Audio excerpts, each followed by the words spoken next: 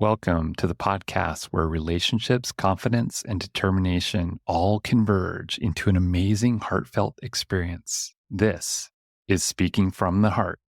Welcome back to episode number 192 of Speaking from the Heart. Today we have Mike Martin joining us, and as a certified meditation guide, wilderness first responder, and survivor skills trainer, Mike has the expertise to lead transformative outdoor experiences. He shares his knowledge through his popular podcast, Project Mindfully Outdoors, and The Wilderness Experience. And I have to say, for this survivalist, which you've heard the sensationalism of different people living outdoors, living in the wilderness, surviving on the elements, Mike is somebody that really stands out to me that has really grown in depth with their spirituality and seeing what is around them. And we can take a few lessons about what that looks like, especially as we continue in this quest of finding the best version of ourselves. And the best way to do that is to go outdoors. Some of the things that you will hear, not only about his journey, which in itself has so many elements about what it has meant for him to go outdoors and be able to provide others that experience as well, means that it's living by a code of honor. That connection, that persevere through the skills that we have.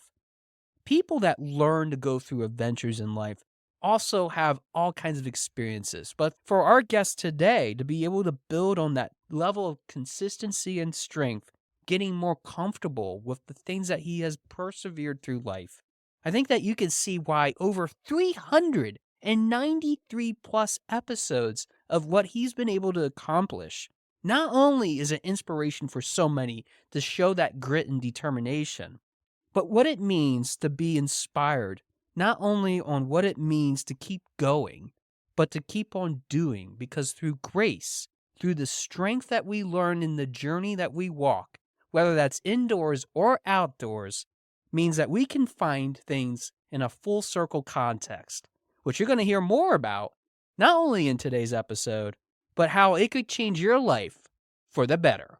But with that, let's go to the episode. All right, we're here with Mike Martin. Mike, thanks for sharing your heart with us today. Absolutely, my friend. Thanks for having me. My heart has grown exponentially from point A to where we're at now at point B. So this is going to be fun. Let's have some fun and cover some pretty serious topics. Yeah, man, I appreciate it. And I really enjoyed our pre-interview conversation here. For my listeners, Mike seems like one of those people that I would absolutely hang around a campfire with. And I joke about the campfire because we were just talking about that before we got started. So Mike, thanks for doing this with me. I really am excited about our conversation too. I've already let the listeners know a little bit about your background, but I actually was really curious about this and why I even wanted to have you on the show.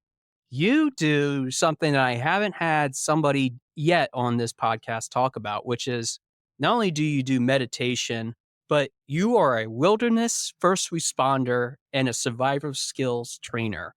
I think of those people that actually put war paint on and go in the woods, live for 30 days and don't come back, or they do come back in a safe place. But I wonder if you could tell a little bit for our listeners how you got into those interests and why those types of careers. All right, this is going to be pretty interesting because it's going to be a bunch of random things that all tie together. Now, the outdoor aspect, I grew up in that. I remember as a kid chasing my grandfather around on all his wild, crazy adventures. Then fast forward later on in life, and I came up to the words that were thrown at me. You have nothing left to offer anybody, including your kids. And at the time I was facing my second divorce, I was finding myself homeless, and I had spent all the years before that masking my depression and my anxiety. When those words were thrown at me, they triggered a suicide attempt. The next morning, when I woke up from that attempt, I stumbled back to my truck like nothing had happened. And I turned on my favorite hunting-based podcast, which the Stoic author Ryan Holiday just happened to be the guest. He was talking about his book at the time, The Obstacle is the Way. And he was throwing all these Marcus Aurelius quotes out that were so relevant that I had never thought about it smacked me in the face and changed my perception. I was in a situation where the adversity was just terminal and I would die real quick, to all of a sudden, if I could turn that adversity into something and rebuild my life off of it, it would teach my kids something very important and change that narrative. And from there, I slowly got back on my feet. I got into talk therapy. And through talk therapy, I was introduced to meditation. And I fought that idea tooth and nail. I'm like, I'm not going to meditate. I'm not going to shave my head. I'm not going to go buy a chant CD from the 90s. I'm not doing any of that stupid stuff, man. That's not me. And then I went around back and I grabbed my crossbow, took my nightly shooting practice. I'm like, man, I'm breathing. I'm slowing my thoughts down. I'm doing what I just heard and fought for an hour. Let me go find some place that's going to be safe for me to go. Naturally, the wilderness was the safest place that I knew. So that's where I started to develop this wilderness meditation practice. And fast forward a month or two, it was getting closer to hunting season. I wanted to get a sponsorship. I wanted to get some free gear. I got hooked up with the Survey Nation. Part of their requirement was you got to have a social media presence. I hated social media. So obviously I didn't. And I thought about the how-tos and check out these hunts and this and that. But man, everything I went through, had I had somebody there to talk to and support me, I probably never would have been there. So I wanted to be the guy that would tackle that. And I wanted to make having those difficult conversations okay. And that's how I founded Project Mindfully Outdoors, which turned into a podcast in a roundabout way, forced me to deal with my depression and my anxiety because I had to maintain this level on social media. Therefore, I was holding my feet to the fire and I couldn't back down.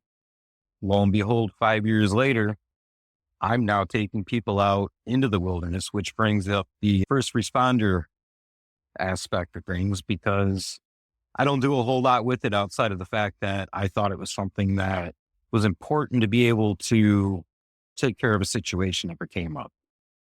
And luckily to this point, I've not had to really deal with anything major. So we're good there. But in the event that something like that was to happen, I know what to do. Why is it that you wanted to go into nature and provide these types of experiences? You said to us about the fact that you wanted to have someone to talk to and probably finding that person, especially for men. And I've talked to plenty of men on this show, Mike, about that need. And I know I relate to you.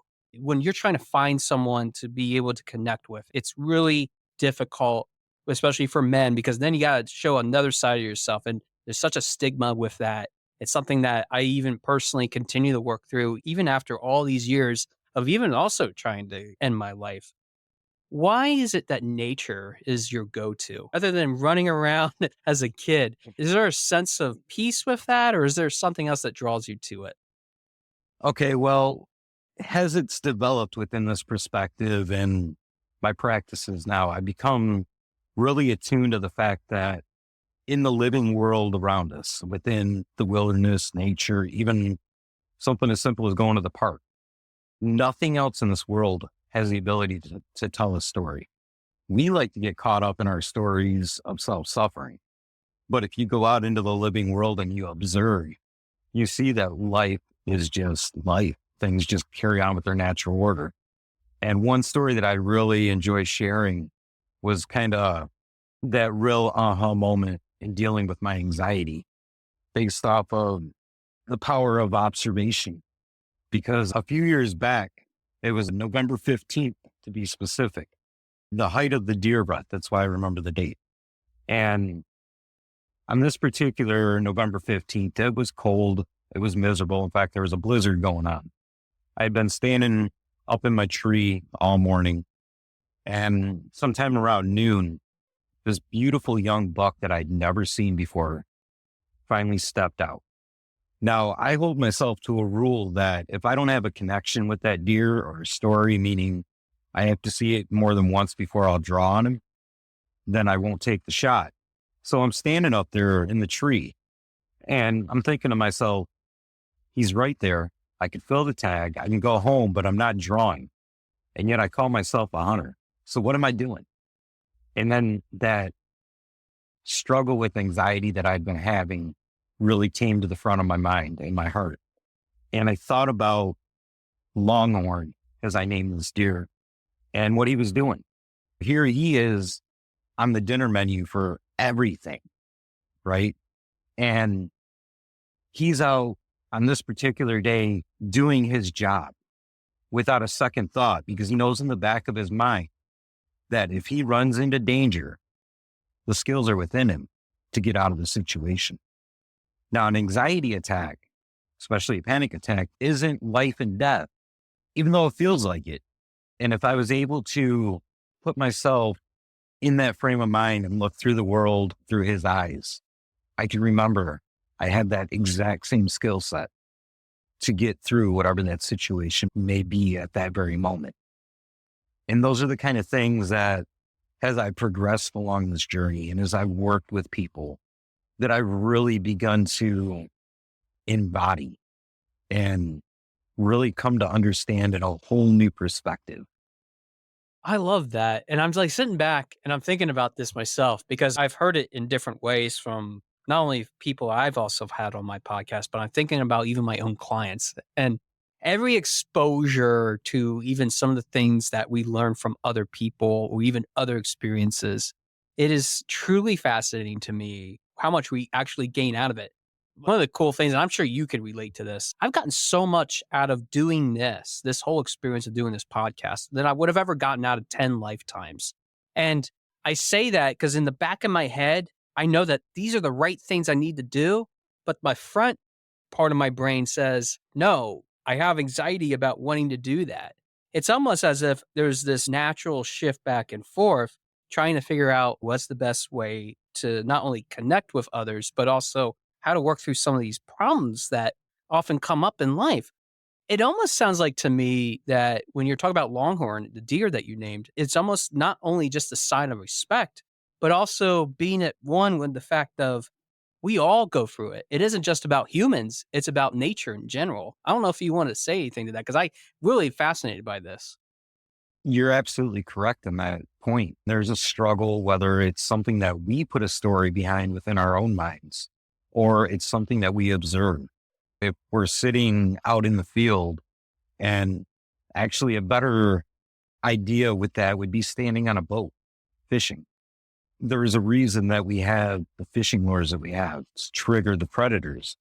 And myself, I'm a bass fisherman. So I'm out there targeting bass. And a lot of the time you'll see the prey fish actually skip along top of the water trying to get away from the predator.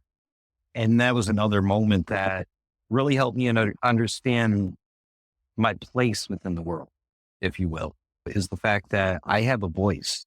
I'm able to tell a story. I'm able to share with the community. I can vocalize what that specific little bluegill was going through and trying to get away from that bass, or what that deer connection actually felt like to me. And as I'm telling it to you, it may resonate with you and you may be able to understand that, but somebody that's listening to this conversation, that anything within the outdoors is a foreign vocabulary, it can impact them in a way that is relevant to their world. And it can help them to build a bridge across the river and deal with a problem that they're currently struggling with, which is the coolest part, I think, of what I do in every aspect, whether it's the podcast or it's the outdoor adventures themselves. Let's talk about that because you've built a bridge, to use your words, to that. And your business, again, for my listeners, is Project Mindfully Outdoors. With that concept in mind, that you've been through that journey, how do you get people that want to do this outdoor adventure with you, or even the other things that you offer through the business, to help resonate with what they have innately inside, like they have to work through? Is there any special technique? Is there something that you plan for them? Do you customize it? Because it is a very interesting perspective of a business model that most people would say, whoa, I don't know if I can do whitewater rafting. There's insurance and stuff like that. I don't know about doing it with this dude. What does he offer? So I don't know how you overcome that. You very much intrigue me with this offering that you provide. Throughout the journey, I've reached out for help in this and that. I get a lot of that too. A lot of doors closed in my face about trying to help me further my mission in this and that. But in reality, it's the authenticity behind it. It doesn't need a sales pitch. It's the fact that each and every one of us, in one way or another, go through something. We struggle with things. And I just happen to utilize the storytelling and the metaphors, whether they're a physical metaphor or they're a spoken one, in a way that people can really connect with, because I've been there. So I've got the sympathetic understanding of where you're at. But at the same time, within that empathy, there's enough strength developed to be able to be that neutral voice that can kind of direct where you're going. And as far as a business model goes, it's very much a trail of blazing your own path. And it's beautiful that way to me, because it allows me the opportunity to customize what I'm doing to meet whoever it is that my path crosses with. And a lot of what I do, I think I found peace with that idea based off of a line from The Wind Is My Mother by Bearheart, where he talks about when you uncover your purpose in life, you literally fall into it. And that journey becomes a celebration. And it's really interesting to me, the fact that when I first started with the writing and the podcasting, it was geared and aimed at making a difference within the outdoor community. And while I still speak to those folks and help those folks through the podcast itself, it's opened up a full new branch with all these people from outside the community that I'm welcoming in, and I'm showing them all these different things. And through conquering those fears of going outside, they're making these dramatic changes within their lives. You saying that, and I have to describe for my listeners who I'm looking at right now. You're a very rugged guy. You very much put together, Mike. I give you that as like a positive comment, because I know it can come off as a completely different thing. But do you have people that are the direct opposite of you coming to you for this? I'm thinking like people with business suits on and have dresses if they're women, and they're coming to you be like, oh, please take me on a nature adventure and help me with finding my inner self. I mean, do you have people like that come through? As of late, I've been doing a lot of work with people that are starting their recovery journeys and things like that. But I have had very unique experiences like that. In fact, on the podcast, I actually had featured a former senator, and we kind of talked here and there and this and that. And she's actually come out and gone on the trail with me, which was really interesting, because we started at a point where she grew up in the inner city. That's all she knew. And she thought even going to a park, it would be full of bears and they would attack her. But as we started talking through it, and I got her in her own area to start walking around the block, and then build up to going to local parks. And then we met up at a national park and went on a trail. It was very fun and very amusing just seeing that growth, and then realize that it does impact the full circle. We're all working for the same sort of goal and outcome, but we're just all doing it differently. And when we take the fear and the preconceived notions and we set those aside, it allows us to grow, because we're channeling different ideas, different influences. We're getting outside the box in a way that we never thought we could. We're challenging ourselves in different ways. And that comes full circle when you bring the inner circle of who you are, of your spirit and your soul together. Man, it just makes your heart gush with positivity. I can only imagine what some of those people, especially with connecting, getting them over their uncomfortableness with doing it, to then getting them into going to a national park or going on these excursions that can last for a couple of days, or even if they're doing it by themselves. So let's flip this. You do this as the podcast too, same name. You interview people and you talk about these experiences and helping them as well with seeing what they got going on in their lives. And you're like the complete package. This is very interesting for me because I never had a guest quite like you that kind of brings all this together. What does the podcast mean for you as an individual, being able to help others in their journey, going through it, whether it's a mental quest, a spiritual quest, getting to where they ultimately feel, like you said, that happiness, that inner peace? How does that all interact with what you're ultimately trying to achieve, Mike?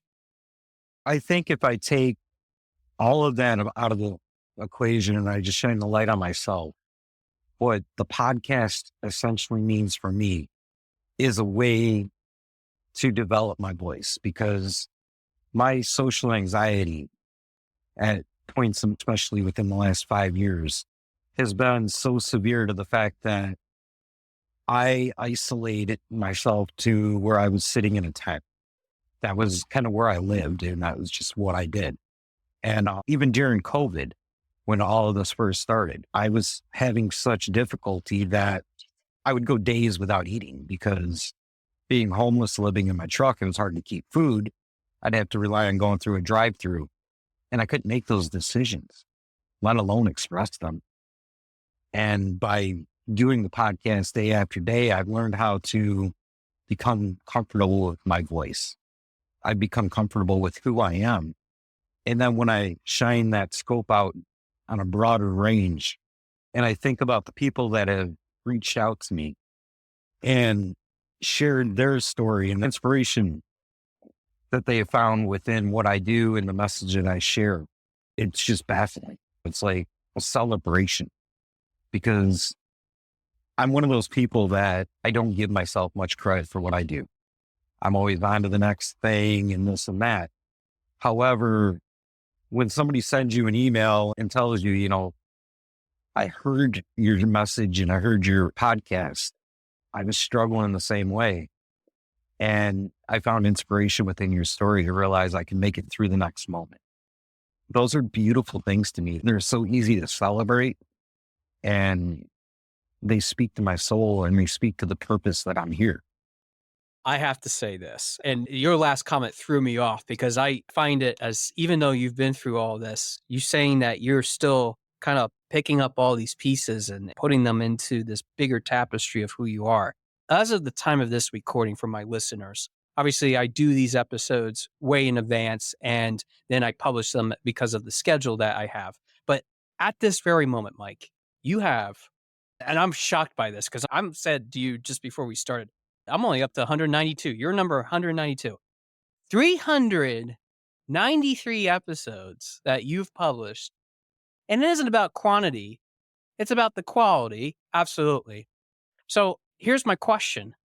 You've had 393 episodes of great quality in which you've been exploring this topic, whether it's from an outdoors perspective, whether it's from that inner spirit that we have that you've been talking about up to this point. You have been on this quest to figure that out. What do you think drives you to keep on wanting to find that ultimate answer? I really am fascinated by this. I know I keep saying that, but I really, really am. You very much intrigue me as to somebody that wants to dig more than what's even underneath the surface, which sometimes that's about as far as I can normally get and most people would get. You go and take like another 10 scoops and go below that. Why is this so important for you? It gets back to the experience that I've been through in the past 5 years. I think that's what draws people to it, is the authenticity behind that. Because for me, there's so many different things that I really, truly enjoy. I tap into a lot of historical points and this and that, and I look at them from a new perspective. And it's just that continuing quest for the wisdom and the understanding, that one piece of positivity, or maybe that one nugget of knowledge or thought that we need each day to continue to go forward, to make progress. Actually, this morning I gave a talk about the Stoic philosopher Seneca the Younger. And that was a driving force within all of his work, was just finding that one piece of progress. And it was funny because as I was delivering that speech this morning, it really hit me. That is what it is for me. I love what I do. I live what I do, but providing that one piece of progress each day is what drives ultimately what I do with that show. You have obviously been through so much in those 5 years. And when this comes out, Mike, I've been through it for 5 years myself. And it must be uncanny that I'm talking to you the month that this has happened when this eventually airs, because I have seen so much in what this journey has meant for me, not only through the experiences of reading other books, in reading people's philosophies about their lives based on what I've seen coming through my door as a coach, and even what I have experienced even in this second life, I guess I can call it, because it's been not the same life that I once led. You do all these things. You help people with giving them that guidance through meditation and other things. People listening to this today are probably drawn to the fact that you do this from a nature standpoint and even giving those people those experiences, whether it's through your podcast or other means. For them personally, and this is something that I'm hoping that maybe you have some words of advice, because I always ask my guests this. Any of my guests have given much, much great advice over the last year, 2 years that I've done this. What is it that you would say for somebody that is looking to start that journey of finding that one nugget that would help them with getting involved with their progress, moving them on to that next step because they've been feeling stuck? What would you recommend for them? I would recommend just to give yourself the grace and understanding that every journey, no matter what it is that it involves or where you desire for it to take you, begins with one simple, small step. As I'm sitting here now, there's an oak tree, a big giant oak tree that's off in the distance. It's really hard for me to just gauge how far off it is or how many steps that it would take. So if I was to start walking there now, would it be the first step that I take that's the most important because I'm beginning the journey? Or would it be that final step because I get to touch the tree? I don't think either one of those steps are relevant. It's actually about the journey. So if I make big steps in that journey, I get there a little bit quicker. But if I make small steps, it takes me a little bit longer. And in between there, somewhere I got to rest. So that rest often represents the slip ups that we have along these journeys that we take in life, the low moments. And those are okay. Because if I'm walking toward that tree and I sit down, I'm going to nourish my body with water, maybe a snack. But when I'm going through life and I have those slow down moments, it gives me the opportunity to nourish my mind, my heart, and my soul. And that's what's important because you're able to get back up and continue to go. Mike, what keeps you going even today? You have said so much to us about why this business, why this podcast is so important to you. But you, as one fellow nature dweller to another, what keeps you going? What keeps me going is my children. That was ultimately the motivation to turn myself around and finally turn toward life instead of turning away from it. And then from there, I'd have to say it's learning how to embrace the celebration that each step of life is, living present in the moment. It gives you an opportunity to feel things, to enjoy them, whether they're good, whether they're bad. You're able to take away something, and then you end up having to let it go. And that's okay, because it takes with it the feelings and the things that we get hung up on. But we get to keep the memory, we get to keep the joy. We get to continue to allow our heart to grow. And that's what motivates me nowadays, is that full circle, keeping balance within my life. Having that full circle is something that even for me, I hear what you're saying. And I think in this world that's ever changing, because that's what I call it, I find it sometimes that we forget what that prize is that we're trying to achieve. Sometimes it is by what other people say it is. Oh, the financial piece of it. Oh, I have that freedom. Or, oh, I have those possessional goods. But you say something to me that many people I think have come so close to saying, but haven't been able to say it until you said it. It's about what I am able to achieve by seeing that piece, by seeing that ability to just be able to see where all of my place is on this earth. And I love that. It's a very wholesome approach by seeing it from all the kinds of different perspectives. So, Mike, thanks for sharing all of this today. I really love this conversation. I want to give you the last few minutes, though, before we wrap up. Let people know how they can get in touch with you if they're interested in maybe learning a little bit more about your story. Maybe they want to work with you through Project Mindfully Outdoors. Maybe you want to give a quick snapshot of everything you offer, including even the podcast, and how people can contact you. So I'm going to give you the last few minutes to do all that for us. All right. So I appreciate that. And basically what I've done is I made it very, very simple to get in touch with me or work with me in any way, because simplicity is a very important theme in my life. So projectmindfully.outdoors.co is the website. That's the base camp for everything, where you can sign up for a free trailhead call with me, where we'll walk through some guided meditations and see how working together can benefit you and get that journey started for you. There's the podcast, which airs 7 days a week. Anywhere that you pick up a podcast, you can find it. It's Project Mindfully Outdoors. All my social media tags are the same. And if you want to reach out personally, directly to me, Mike Martin at projectmindfullyoutdoors.co. And all together, it's kind of branched out into 3 different phases. Obviously, we do the podcast. We also do outdoor gear fitting. So outfitting, whatever it is you need, we can hook you up with. We do the digital meditation sessions where we get together just like a mentor or a coach, and I kind of help guide you along your journey.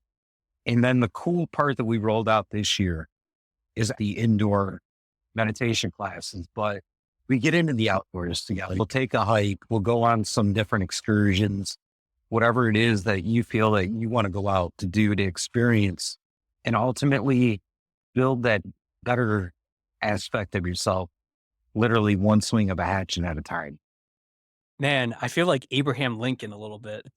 Maybe grows up. I'm thinking of like him, like cutting logs and all that. I don't know why I'm thinking that. Lincoln Logs. You told me where you're from and all that, and I'm not going to disclose that, but I have to say that it's so reminiscent of you saying that at the very end. I should have expected that, but I didn't.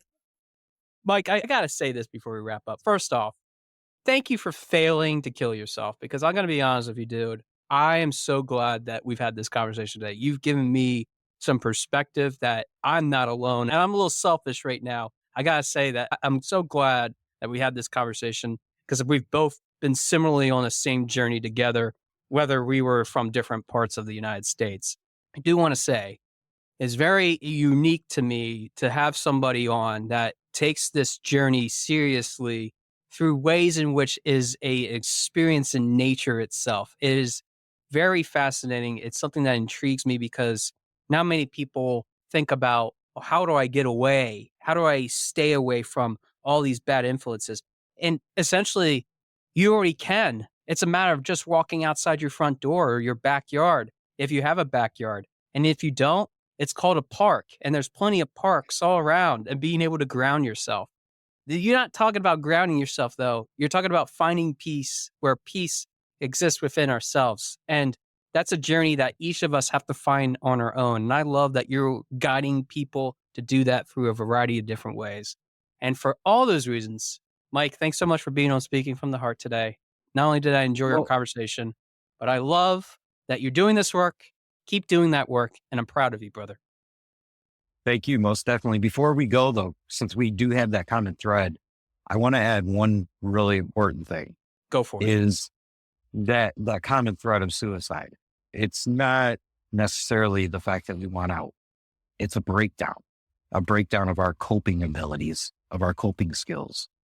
And just like the clouds move in and out of the sky through our view, our thoughts and our feelings, especially the ones that overpower us in that way, do the same.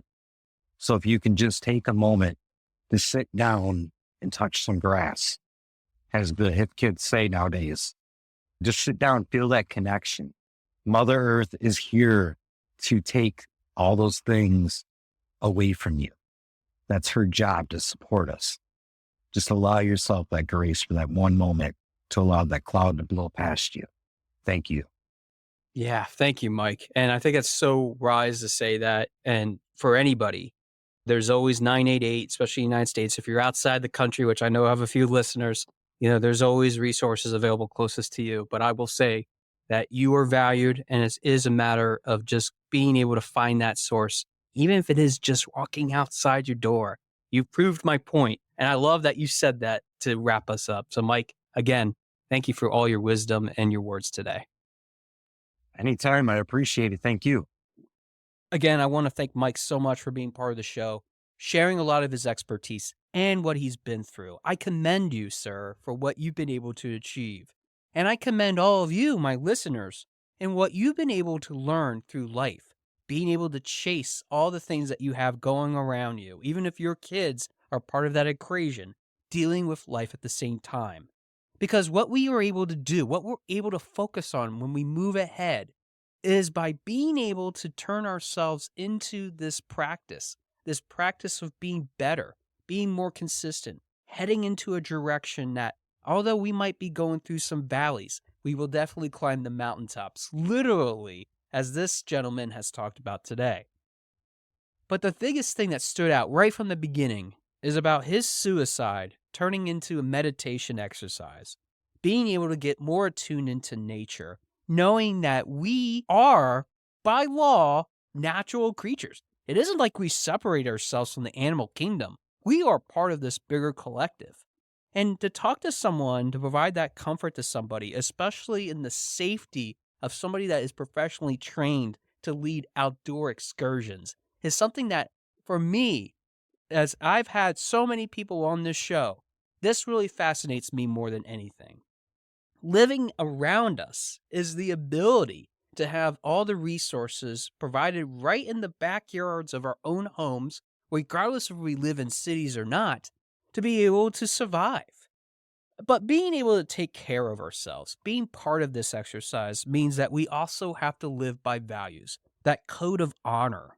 Mike talked a lot about how it meant to go through those skills that he's learned, but also to persevere by learning through those skills the value.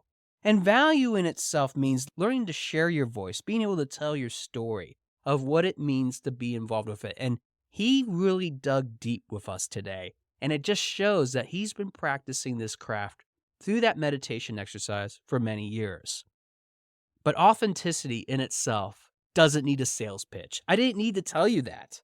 It can be done through the storytelling, through the experiences that he has learned and grown in throughout his life. And if we had more time on these types of episodes, we could certainly dig into some of the things that he has even experienced. But I think you get the picture when we're able to customize through those experiences what we're trying to achieve, what we ultimately set out to do. That's the biggest thing here, is that by customizing on our journey the ways in which we want to learn and grow, especially with that time and attention to detail that Mike provides, and even for businesses like myself that I try to provide, we start to see how those adventures can be lived through those people that want to walk in our path, that want to walk behind us.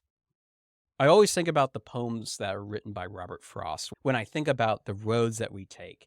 And one of his most famous of poems, The Road Not Taken, is something that I wanted to read out loud because I think it makes such a big difference in what Mike is trying to share here today. The poem, The Road Not Taken by Robert Frost. 2 roads diverge in a yellow wood, and sorry I could not travel both. And be one traveler, long I stood, and looked down one as far as I could, to where it bent in the undergrowth.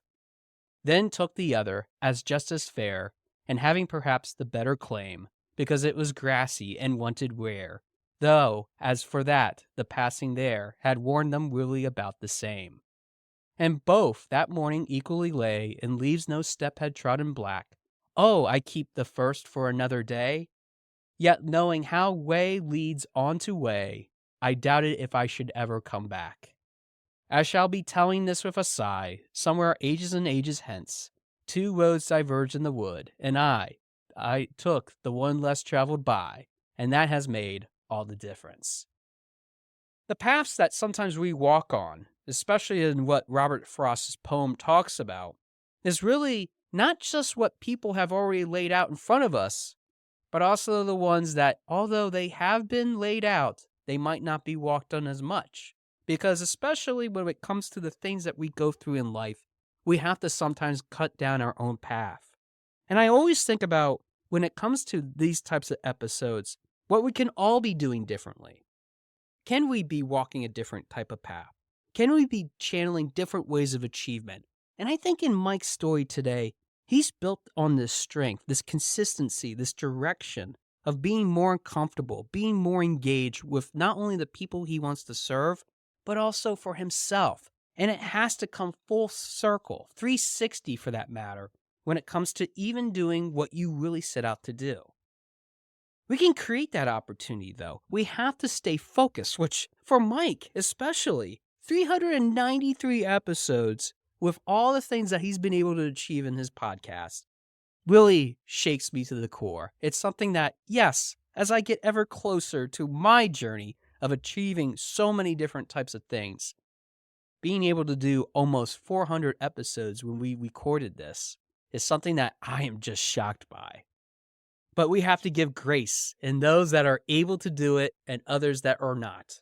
Because the journey that is ahead means that we have to focus, we have to tailor our ability to be able to work on ourselves. But being able to rest, being able to take care of ourselves is something that I think Mike intentionally practices, even amongst the campfire. Because amongst the campfire, amongst the things that we're trying to keep on pushing through, we are finding that motivation. So I ask you today, my listeners, what motivates you to keep going? What is helping you get full circle on the dreams, the goals, the aspirations that you want to achieve? One of the things that maybe you didn't realize as you were listening to today's episode is that when I was recording this with him, Mike was in front of a fire. This fire, especially as I talked about in a previous episode, when it's roaring inside of ourselves, means that we are staying around that circle. We're willing to work on ourselves, regardless of whether it's individually or amongst a group of people. It means that we have to give ourselves some time to reflect, to be able to focus through the stories, the actions, the consequences of our lives, being able to really generate that opportunity, that excitement that we want to have in our lives. I was a little bit puzzled when Mike was doing this in front of a fire, but he even said to me, with doing this podcast, he always lights the fire. He wants that fire to be part of the conversation because not only is it that we're looking amongst each other amongst that fire, but we're also building that conversation, that ability to dig even deeper than we maybe would have never dug if we weren't able to work on ourselves. So I find this to be quite interesting. Somebody that is a podcast host, that is a survivalist by trade, wants to do something like this in front of a fire? Who would have ever thought? It isn't as crazy as you might think. Fire is the source of not only our subsistence, but it also is a place where warmth takes place. It's ability for us to work through the different types of challenges, whether that's through conversation or activity or some other need that we need to do in front of the fire. I have learned so much in this interview today, as I hope that you did, as it relates to not only having that care for yourself, but also doing it in front of a fire, a sacred place where you're able to build not only on yourself, but to build upon others. Really shows the credibility and the authenticity of Mike today. I think it really helps us to understand, too, that when people go through all these different types of adventures, from all walks of different lives, we have to learn and respect the fact that people like Mike find their energy, find their purpose in some of the passions that they love doing, whether that is a routine that to the naked eye might be a little bit, quote unquote, weird. But is it really weird? Is it really as crazy as you might think? Robert Frost would say to you that you could walk on that path. It just might not be a path that is well traveled. I hope that maybe in this inspiration of this season that we're in, especially as we continue to emerge from winter, that we can all do something different, that we can continue to challenge the status quo, the ways in which we can have achievement, the way in which we build strength, consistency, and direction in our lives. By getting more comfortable and engaging with others on things that we have never thought possible, that's where true achievement lies. That's where the gap is between where we are today and where we can be tomorrow. Finally, this episode makes me think about what the future is. It makes me think about what it is that I want to do, and maybe I even start a fire after I'm done recording this. But the truth of the matter is, that fire was lit on May 30th, 2023. The first episode of Speaking from the Heart talked about what is on your heart. And I go back to all those times, even as I approach the milestone episode of 200 on this podcast, thinking about what it has meant for me to continuously work on myself. Working on myself isn't just about what I want to achieve, but what everybody else wants to achieve. That journey is customized and tailored towards things that we want to be passionate about. What I'm motivated in doing is helping you to see what you are capable of becoming. And Mike is doing the same thing in quite a different way. By taking people on excursions, these journeys in the backyard of his house or some other place that might be very challenging to live in nature, and allow them to see and expose for themselves what those opportunities are through grace to be able to work on themselves, through meditation, through exercises that would help them both physically and mentally to become much better than they once were. So today I ask you, how are you doing that for yourself? How are you motivating yourself to keep on going? How are you challenging the gap that lies in front of you, whether that's behind you or sideways, to help you to become better than you once were? Because let's face it, in this journey of what we call life and what we're trying to create, even if we have to take a break from time to time because of the challenges that lie in front of us, or even sideways or behind us for that matter, I think that you can find a lot, not only in the outdoors, but in also what you're trying to achieve. I think it's really about not only becoming who you want to be, but envisioning what it is through that quest, through that outdoor experience, what you really want to do. So if I catch you on that trail that is not less traveled, just know that I'm rooting you on, going through all those different things that you're trying to do, always by your side, even if I'm just your guide. Thanks for listening to episode number 192 of Speaking from the Heart, and I look forward to hearing from your heart very soon. Thanks for listening. For more information about our podcast and future shows, search for Speaking from the Heart to subscribe and be notified wherever you listen to your podcasts. Visit us at www.yourspeakingvoice.biz for more information about potential services that can help you create the best version of yourself. See you next time.